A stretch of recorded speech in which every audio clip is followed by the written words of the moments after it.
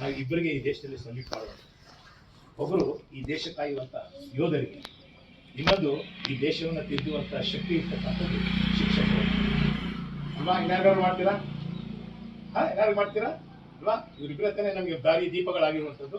ನಾವು ಇಷ್ಟು ಚೆನ್ನಾಗಿದ್ದೀವಿ ಅಂತ ಹೇಳಿದ್ರೆ ಈ ದೇಶಕ್ಕೆ ಬರದೇ ಇರುವಂಥ ಕಾಯುವಂಥ ಗಡಿಗಳಲ್ಲಿ, ಆದರೆ ಇದಕ್ಕೆಲ್ಲ ನಮಗೆ ನಿಂತಿರುವಂಥವ್ರು ಜ್ಞಾನಾರ್ಜನೆಗೆ ನಮ್ಮ ಜೀವನವನ್ನು ಕೊಟ್ಟಂಥವ್ರು. ತಂದೆ ತಾಯಿ ಜೀವ ಕೊಡ್ತಾರೆ, ಜೀವನ ಕೊಡುವಂಥ ಜ್ಞಾನಾರ್ಜನೆ ಕೊಡುವಂಥ ಗುರುಗಳನ್ನು ನಾವು ಪಡೆದಿದ್ದೇವೆ. ನಾವು ಪುಣ್ಯವಂತರು ಅಂತ ಹೇಳಿ ಭಾವಿಸ್ತೇವೆ. ಹಾಗಾಗಿ ಇವತ್ತು ಹೆಚ್ಚು ಮಾತನಾಡೋ ಅವಶ್ಯಕತೆ ಇಲ್ಲ, ಹಿಂಗೆಲ್ಲ ಮಾತನಾಡೋರಿದ್ದಾರೆ. ಭಾಳ ಸಂತೋಷ ಏನಪ್ಪ ಅಂದರೆ ಇನ್ನೂ ಹೆಚ್ಚಿನ ಕಾರ್ಯಕ್ರಮಗಳು ನಡೀಲಿ. ಇದ್ರ ಜೊತೆಗೆ ಈ ಸಂಸ್ಕಾರವನ್ನು ನೀವು ಇಲ್ಲಿ ಇವತ್ತು ಕ್ಯಾಂಪಲ್ಲಿ ಶಿಬಿರಾರ್ಥಿಗಳಾಗಿದ್ದೀರಿ ಅಂದರೆ ಒಂದೊಂದು ಹಳ್ಳಿಯಿಂದ ಬಂದಿರ್ತೀರಿ, ಒಂದೊಂದು ಕುಟುಂಬದಿಂದ ಬಂದಿರ್ತೀರಿ. ನೀವು ಇದನ್ನು ಪ್ರತಿದಿನ ಅಳವಡಿಸ್ಕೊಳ್ಳಿ. ಇವತ್ತು ಇಲ್ಲಿಗೆ ಮರೆತು ಹೋಗ್ಬಿಟ್ರೆ ಈ ಶಿಬಿರ ವೇಸ್ಟ್ ಆಗ್ಬಿಡುತ್ತೆ ಅಲ್ವಾ? ಈ ಸಂಸ್ಕಾರ ಏನು ಕಲ್ತಿದ್ದೀರಲ್ಲ, ಇದನ್ನು ನಾಲ್ಕು ನಿಮ್ಮ ಮನೆಗಳಲ್ಲೋ ನಿಮ್ಮ ಊರುಗಳಲ್ಲೋ ನಿಮ್ಮ ಸ್ನೇಹಿತರುಗಳೆಲ್ಲ ಹಂಚ್ಕೊಂಡು ಒಂದು ವ್ಯವಸ್ಥೆಯನ್ನು ಮಾಡಿದ್ರೆ ಈ ಮಾಡಿದ ಸಾಧನೆಗೆ ಒಂದು ಸಾರ್ಥಕತೆಯನ್ನು ತರುವಂಥ ಕೆಲಸ.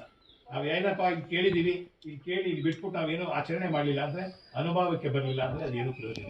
ಆ ಅನುಭವವನ್ನು 4 ಜನಕ್ಕೆ ಹಂಚ್ಕೊಂಡು ಇವತ್ತೊಬ್ಬ ಜ್ಞಾನಿಗಳು